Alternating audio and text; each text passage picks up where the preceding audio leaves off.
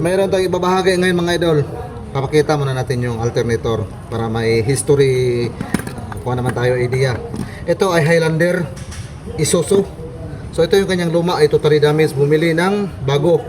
Ngayon yung nabili niya na bago ay ganito ang nangyari. Iba ang sakit. Ganyan no. So ang kanyang original is ganito naman.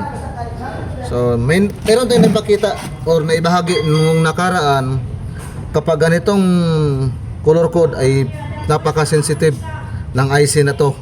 Ngayon, i-convert natin sa bagong bili nila. Ganito ang mangyayari ngayon.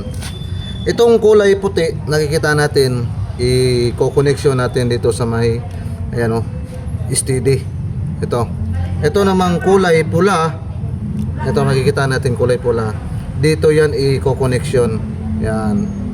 Ito namang makikita natin yung kulay blue. Dito yan i-connection. Yan. So, I hope hindi magkabaliktad or bawal magkamali rito.